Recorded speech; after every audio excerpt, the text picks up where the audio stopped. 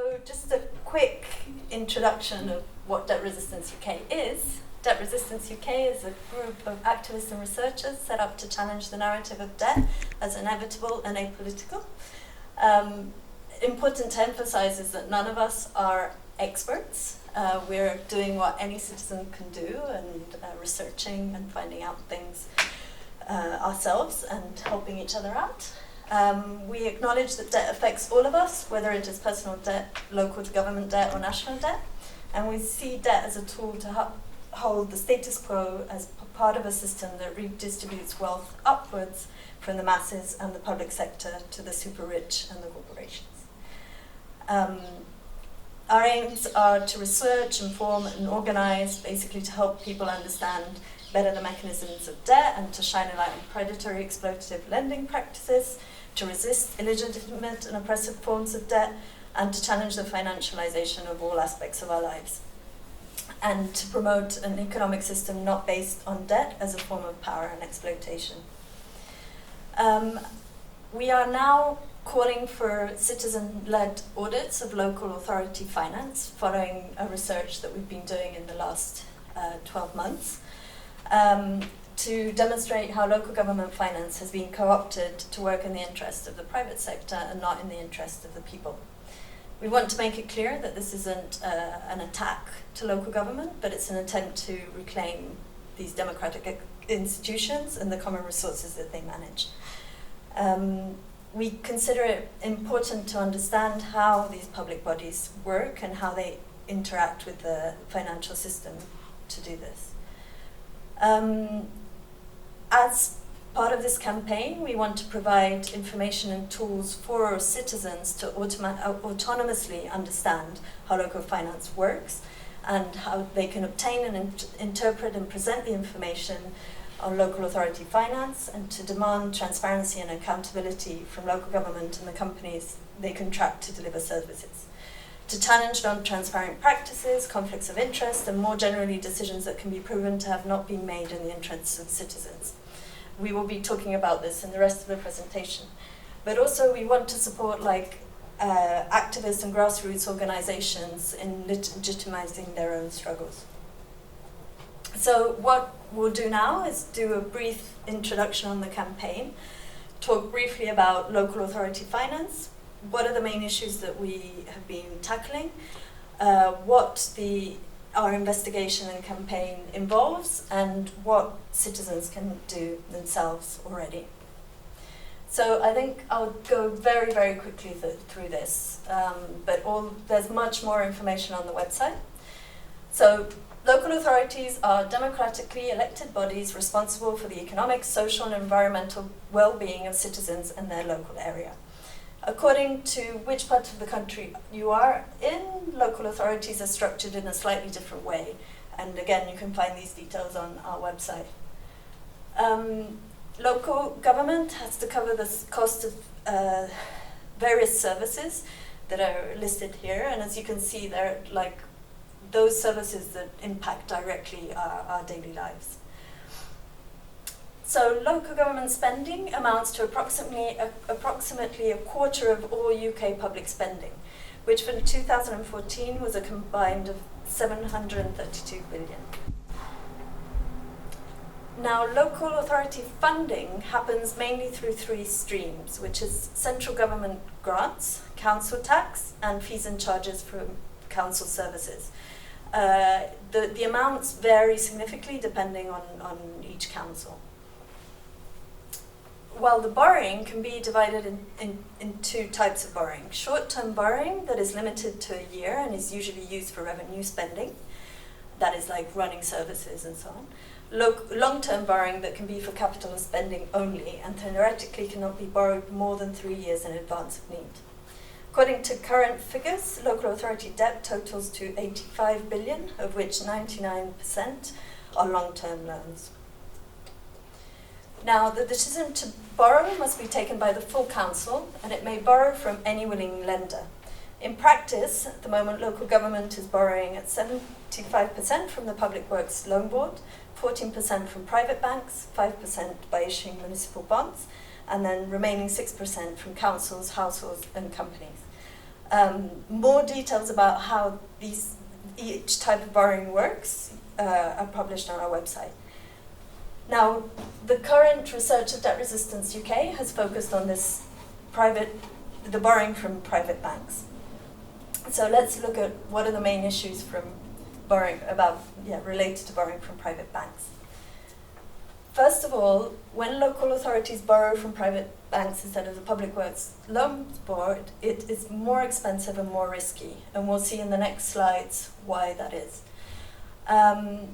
Local government debt is highly prized by the private sector because councils have AAA credit rating, as theoretically central government should intervene when councils get into trouble.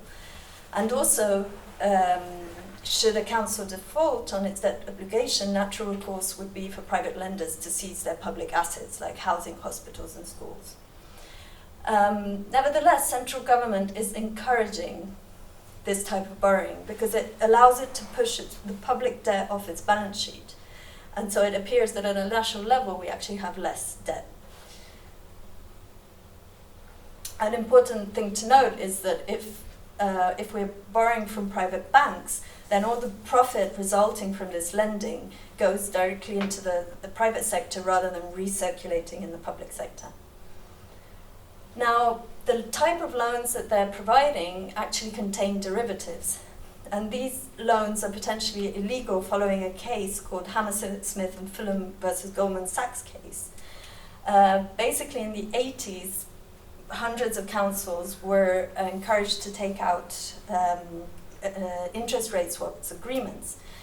Do you want to talk a bit more about the case? Yeah, I mean, basically what it seems to have happened is that firms in the City of London decided that they could create a market allowing local authorities to speculate on interest rates, essentially getting treasurers at councils to take a bet whether rates would go up or down using taxpayers' money. And so what sort of happened was, a large number of those local authority treasurers made winning bets, and they thought it was a great gig, made millions of pounds of funds that they could kind of use for council programs. But a lot of the councils, like Hammersmith and Fulham, made losing bets. And I think at one point, Hammersmith Council was responsible for about 10% of the UK sterling swap market, and was on the hook for about $6 billion in losses if they had to sort of take that hit. And so what sort of happened at that point was the councils obviously started freaking out, the government got involved, and the Audit Commission, which has recently been closed by Eric Pickles as part of the austerity cut, they were sort of brought in, and there was a legal case where it was decided that it was illegal or ultra vires for councils to be speculating on interest rates with public funds. And so we'll come back to this later, but there's still a kind of an air of doubt about whether or not Lobo loans, which contain derivatives, are actually legal for councils to be using and may be considered a speculative instrument themselves. So going on, what is actually a Lobo? So Lobo stands for Lender Option, Borrower Option. It is typically a very long-term loan, for example, 40 to 70 years. Now, it starts with what is called a teaser rate, so a low rate to encourage people to take it out, councils to take it out. But the interest rate is initially fixed, but the lender has the option to propose or impose on predetermined future dates, such as every 5 years or 3 years or 10 years, a new fixed rate. The borrower has the option to either accept the new rate or repay the entire loan. If a local authority chooses to repay the entire loan early, it will have in many cases to pay a break penalty. Looking at some of these Lobo loan contracts, we found that some councils are facing up to 7 or 9% interest rate, which is more than twice the current rate of lending at the PWLB. PWLB? It's a Public Works Loan Board, which is basically how you borrow from central government instead. If there are any questions along the way, do just No. Just, It's a lot of information. Just briefly on the Public Works Loan Board, it's a division of the Debt Management Office and it's under the control of the Treasury. So what's interesting about it is ultimately it's the Chancellor, Sir George Osborne, who sets the interest rates of the Public Works Loan Board. And so a bit of background about what happened with Lobo loans, but when Osborne was elected in 2010, one of the first things he did as Chancellor was increase the profit margins on those Public Works Loan Board loans. So he increased the charge for councils to borrow by 1%. And what then happened was the councils, suddenly their borrowing costs went up by something like 25% overnight. And so borrowing from the Public Works Loan Board dropped by 90%. And then the councils went out and took out Lobo loans from the likes of RBS. So effectively what he's doing is disincentivising cheap, safe borrowing from central government and saying go borrow from banks instead. And paying back as donors. So I'm going to probably hand it over to the two of you now to talk about who's involved in the selling and advising on the Lobo loans. Okay. Yeah. So the local governments generally don't go directly to the banks. In most of the cases, they're going through intermediaries who arrange the deals for them. First of all, you've got the brokers. So these are companies like ICAP or Tulip Prebon, and they basically earn their living by getting commission whenever one of these deals is signed. So if you're arranging a multi-million-pound Lobo deal, you can expect to make a few tens of thousands of pounds in commission from that. So these brokers are obviously highly incentivized to sell as much of this debt into the local authorities as they possibly can. Overwhelmingly, the biggest player that we've found from the Lobo deals that we've analysed is Tulip Prebon, which is whose company? Who's involved in that? So involved in Tulip Prebon on the board are Michael Fallon, who's the Defence Minister, Tory Defence Minister. Also on the board of Tulip Prebon is Angela Knight, who some of you may remember as the spokesperson of the British Bankers Association. Absolutely toxic woman. And so the other main player in the market is ICAP. Now, ICAP is the largest brokerage firm in the world, and it just happens to be run by a guy called Michael Spencer, who is a major Tory party donor. He was the Tory party treasurer in 2009 when a large number of these deals were signed. And he is also the guy who, after lobbying David Cameron, gloated about having the Robin Hood tax killed off. He's got a fixed line to number 10. The important thing, just to go back to that, Garbon is now part of ICAP as well, so that whole wedge is really just one company. So there's really just two massive players in that market, really. And just, on the sort of brokers, it's probably important to point out as well. So whenever there's a transaction, they get paid on both sides of the deal. So the brokers get paid by both the local authority and the bank. And we'll come back to why that's important in a moment. TMAs. So these are independent firms. Financial advisors. Provide financial advice to a council's treasury department. Basically, so they're officially they're providing information, right, like market information, advising basically across the whole of the treasury functions of a local government. So basically how to borrow money from financial markets, if you've got surplus funds, where to deposit them, so in which banks or building societies.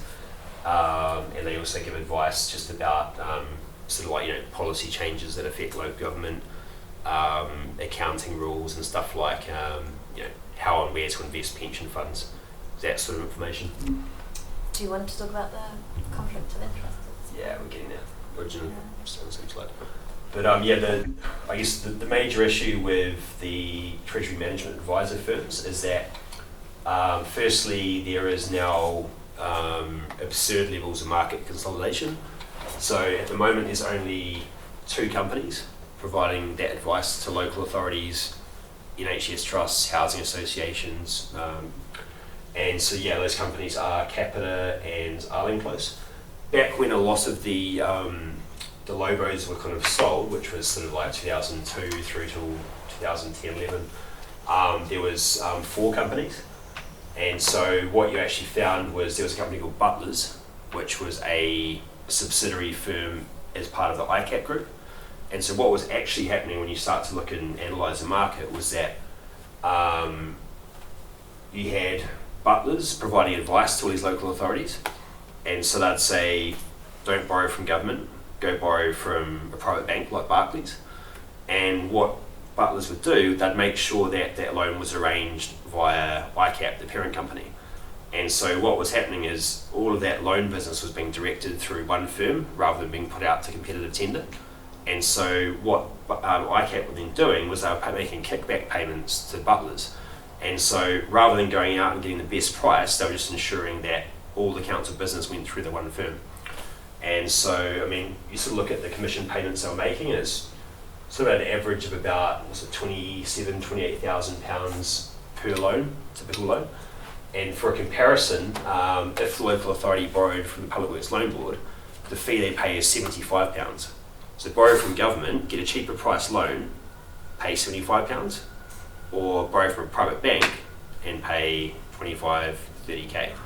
And this is happening across £15 billion of loans for local authorities, as much as £70 billion for housing associations. The other firm that was active in the market was Capita. So Capita was again an advisor firm, a TMA firm, and they had a sort of secret relationship with Tulip Prebon. And so what Capita were doing again wasn't part of the same parent company, but they made sure all of their loan trades where possible, and at about I think 60% of the time, the Capita loan trades went through Tulip Prebon, and then they received kickback payments for that service. And so the key issue here is that given the kickback payments, which weren't ever declared to the councils, the advice they were being told was independent, wasn't so independent after all. So there's a legal claim for local authorities that they received fraudulent or misleading advice. And yeah, no one is actually watching or regulating this. So it's unregulated by the Financial Conduct Authority and the Prudential Regulatory Authority. Documents aren't available to the public unless, we're managing finally to obtain some through FOI requests. And the only public body that was auditing them, the Audit Commission, was actually closed in April 2015. So now it's being audited by the big, local government is being audited by the big accounting firms. I don't know, Joel, if you want to add something on your dear friend, the FCA. The key point to make about this whole fiasco is back in 2008, 2009, there was a big scandal when the banks collapsed in Iceland because suddenly splashed all over the papers. It was kind of found out that local authorities had invested £1 billion of taxpayer cash in Icelandic banks that had just collapsed. And so there was this, this huge big furor about how to get the money back. I think Gordon Brown exercised sort of like anti-terrorism laws or something ridiculous to try and seize the public money. But what sort of came out of it was that, again, the Communities Local Government Committee ran an inquiry, and they found out that it was the same firms, Capita, ICAP, Butlers. It was their advice which was basically resulting in the public authorities losing money because Arling Close, which is the only independent advice firm that does not receive these kickback payments, 6 months before the banks crashed, they told their clients, this is a Ponzi scheme, it's going to blow up, get your cash out of Iceland. But Capita and ICAP, all of their clients, basically their money was left in those banks and it was lost. And so DCLG started sort of scratching around and found out about these conflicts of interest, about the fact that people were being paid kickbacks, and in 2009 they requested the Financial Services Authority, the regulator, to investigate these conflicts. Now, the FSA at that point was run by Hector Sands, just had a big financial crisis, and it was basically university known as a captured regulator, complete waste of space. They refused to act. the whole kind of Lobo fiasco, the conflicts of interest, the kickback payments, all of this information would have been public knowledge. It would have been acted on by the regulator 5 years ago, and it wouldn't have been left to citizen campaigners sending FOI requests to go and find this information out. So I'm just going to move on to what we've actually been doing and what we plan to do. So we've been sending out more than 300 FOIs to more than 240 councils. About a quarter of these have been successful. Where councils have applied exemptions, we're now following up requests with internal reviews. If necessary, we will take the contested request to the Information Commission. And we are currently analysing 455 outstanding Lobo loans to UK local authorities, totaling over 5.2 billion. And we'll be publishing our findings. And so basically we've accumulated a lot of data, and we're still elaborating the data, and we'll be providing the findings on the website. I've got a few slides I think Jamie's put together. This is like a typical Lobo contract. It's quite interesting because they're very, like, just a few pages, like quite. But I'll hand it over to you, Jamie, if you want to just say a few words on the slides. Yeah, so this is what we've been trying to get hold of, basically. And after you've looked at like 400 odd of them, you start to get pretty good at reading them and pulling out the vital information. But yeah, as we've been talking about, like, they all, the ones that were signed prior to 2007 generally kind of have a fixed interest rate, a very low fixed interest rate, and then they step up at some point in the future, and then the lender's option kicks in when that step up happens. And then with this one, I think 3.4% until, so yeah, it was taken out in 2003, initial rates 3.4%, and then on the 10th of April 2007 it's 4.75%. So this is like a relatively straightforward loan by comparison to some of them. Yeah, this is a pretty vanilla one. Yeah, this one has a 6-month option, and like loads and loads of the loans we've been finding have 6-month options in them, which builds in like an incredible amount of flexibility for the bank. Basically, every 6 months the bank has the option to call that loan in or put the interest rate up. The council then has the option to like react to what the bank does, basically. If they don't have the cash on hand, then they're pretty stuffed. Does it say 3 days before the date we're going to tell you we're going to raise a loan, and you've got like 2 days to pay up £20 million? Basically, yeah. And on some of these loans, there's a disclaimer saying the nature of these loans is that the interest rates are likely to be called high or to go up at a time that is least inconvenient for you. So and like, you know, these guys just like, you know, willingly sign up the loan for this stuff. It's just absurd. It took off in 2003. There was a lot of these loans, when they're taken out, the local government needs to send a bunch of documentation to the bank to tick all the boxes, basically. One of those is the active government under which you're making this borrowing. And they always put Local Government Act 2003. So we were talking about the Hammersmith and Fulham case earlier on. That ruling was based on a reading of the 1972 Local Government Act. So it's really unclear at the moment whether the new acts that have been signed since then render that right. Obsolete. Yeah, we have no legal opinion on that at the moment. But like the lending clearly ramped up after that, all the way up to 2007. Crashes when like lending is scarce everywhere, and then when George Osborne puts the PWLB rate up in 2010, it goes back up again. So that's kind of the timeline. These are the biggest lenders, and the list of like Lobo lenders is like it's got 40 or 50 institutions on it. Obviously Barclays, Dexia, Bank of Scotland, Royal Bank of Scotland, RBS, and a bunch of German, Belgian and French banks are in there. But then when you go down to the who's holding it now, because this debt can obviously be sold on the open market like any other kind of bond, basically. That list is way shorter because of all the banks that collapsed during the financial crisis and were kind of consolidated into bad banks in Germany or France and Belgium. But then it's still Barclays and Royal Bank of Scotland still holding tons of it. Dexia was taken over by the state. It's kind of half French, half Belgian, I think, isn't it? So both French and German state, French and Belgian states own that. Oh yeah, here we go. So this is what's happened to them basically. A bunch of them are all now Commerzbank. Dexia is a bad bank, and Deptford was turned into a bad bank and just given a slightly different name so that it could wind down all the debt that it's got. But yeah, what it means is basically 2/3 of all the Lobo debt is held by foreign banks, basically. We estimate anyway. This is based on the 400 or so contracts that we've looked at. Which means, yeah, you've got public, local government in the UK, so public institutions paying interest to publicly owned banks, including RBS, which makes up a big chunk of this UK column as well. Yeah, and so all this money is kind of putatively sort of still under public control, but obviously it's not really doing anybody any good.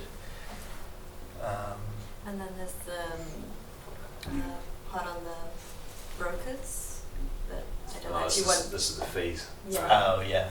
But I guess we've spoken about this enough. Would you want to? Is there anything you want to Just add? kind of useful to get a sense of who's active. Yeah. So these are the fees earned by the brokers on,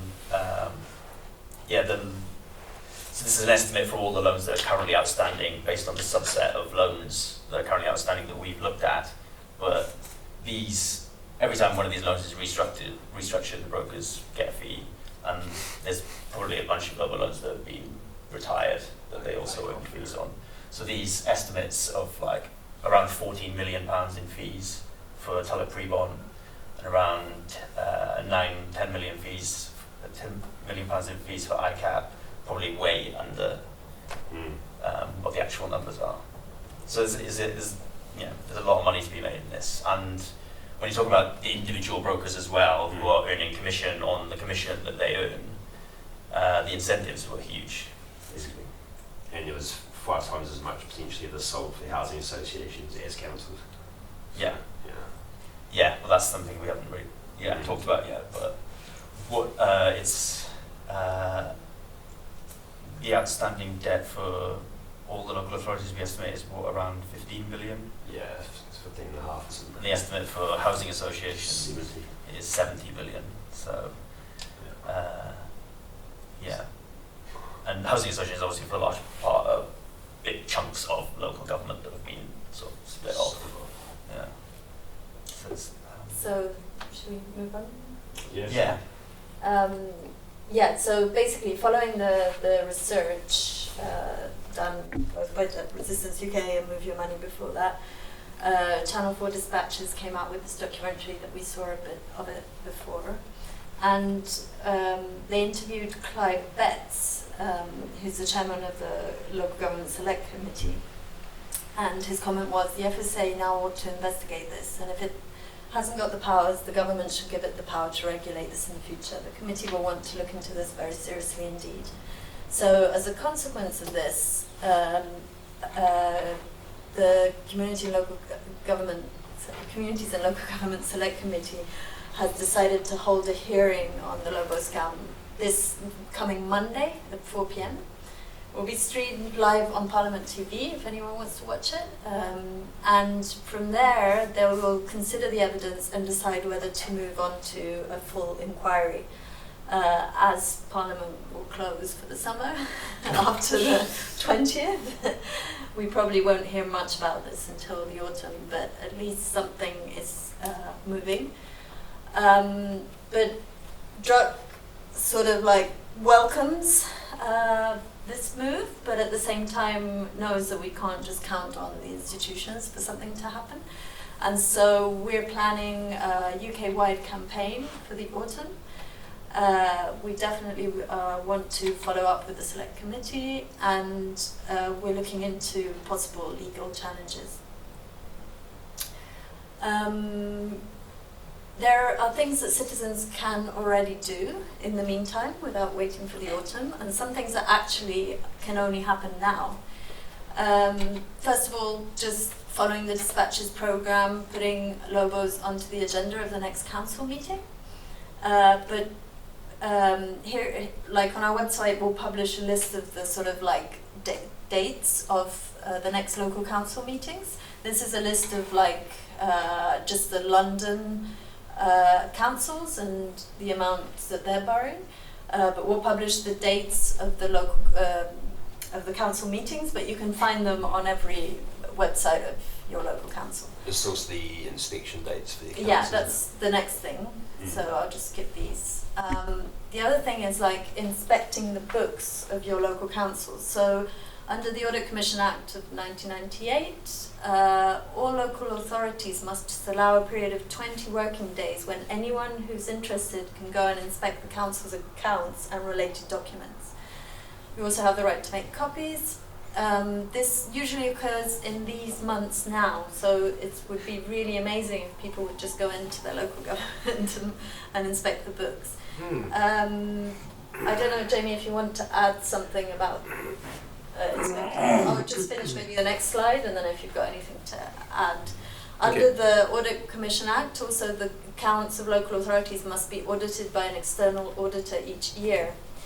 The Act also gives local electors only, so you have to be of that council, a right to question the external editor about the council's accounts. Again, the period is more or less the same. And you have the right to make an objection to anything in the accounts that might be unlawful or which might be deserving a report in the public interest.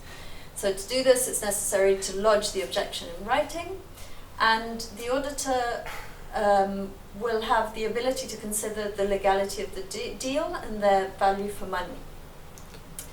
If their findings were significant enough, they would be able to make a report in the public interest. So this, we think, is something quite powerful that, like, if citizens can take on, would be really useful to gather more information. Also, about 75% of councils basically are refusing or citing exemptions like commercial confidentiality, or it'll take us too long to go and get the boxes out of storage. Yeah. So this basically gives us another, possibly more powerful way to get hold of that information from the councils. Because in theory you can go along and look at any documents that relate to their accounts that year, because this debt is all still on the books of the council now. It's totally relevant to the accounts that have been made up for this year. So in theory they shouldn't be able to refuse you. They probably will try and refuse. Again, citing data protection because you've got council officials' names. But I think you can copy documents in part, so you can get all the bits that don't have the signatures on them. You should be able to anyway. And I mean the auditors are generally one of the big four auditors: KPMG, PwC, Ernst & Young, or Deloitte. They're not under law required to answer your questions, but you can lodge like a proper complaint, and then they have to look at that basically and respond to it in some way. Basically how it works is that if you're talking about an issue relevant to one local authority, then it's up to the auditor of that council, in the case of Newham, something like PricewaterhouseCoopers, to come along and make a judgment about whether the loans that the council's taken out represent good value for money. If you've then gone and looked at a number of accounts and you find a systemic problem which relates to a large number of councils, which I think this Lobo loan scandal clearly does, you can then go and talk to the National Audit Office, and they look at the kind of national scale systemic issues around local government accounting. So I've got some powers to undertake inquiries there. So I think either looking at the local council level or looking at the national level, you do have some options to take this stuff forward. The other thing we're encouraging people to do is to keep on sending FOI requests. There's information on our website about the requests we've sent in, how to do it. There's also going to be a workshop on next Friday with CIJ about how to do FOI requests. We'll put all the information on the website. And even if you're repeating the FOI requests that we've already sent out, we're encouraging people to do that so that like local government can see that there's like an interest for from citizens for this information to be made accessible. Do you want to add anything else on that? Or? Yeah, I mean, I know, we've had maybe about 50% of the FOI requests kind of been refused or refused in part. And so what local authorities have got to do in that case is, basically make a public interest test and sort of look at, what are the arguments in favour of disclosure, what are the arguments in favour of withholding information. The more information we're getting, I think the harder it's becoming for local authorities to say, look, we're not going to give you the Lobo loan contracts, but some of them, like Newham Council, are just flatly refusing to hand over the contracts. And even though the authorities will tell you it's not a kind of numbers game, theoretically it shouldn't matter if there's one person asking for information or if dozens are. I think ultimately it does put more pressure on the local authority, and if more people are sort of having the same issues and they're having requests knocked back and the council's being particularly secretive, over time that is something which the Information Commissioner would begin to take issue with. So I think it is important to keep sending requests even if they're not always successful. And we don't have by any means a full picture of what's going on at each individual council yet. So there's still a lot of information to find out, whether it's the loans themselves, whether it's people that advise the councils take out the loans, or whether it's the commission fee payments that were paid to brokers. Just in the build-up towards September, if people are interested in starting to set up local groups to get information into the local media, that's actually one of the, it's been very hard to get any information into the mainstream media, even after the Dispatches documentary, but local media actually is starting to cover it. So if people can push it into the local media, that would be really good. Just sharing information through networks, and if anyone's interested in helping to prepare the campaign, any material and tools, and obviously as we're all just volunteers and have no funds at the moment, any donations are very welcome.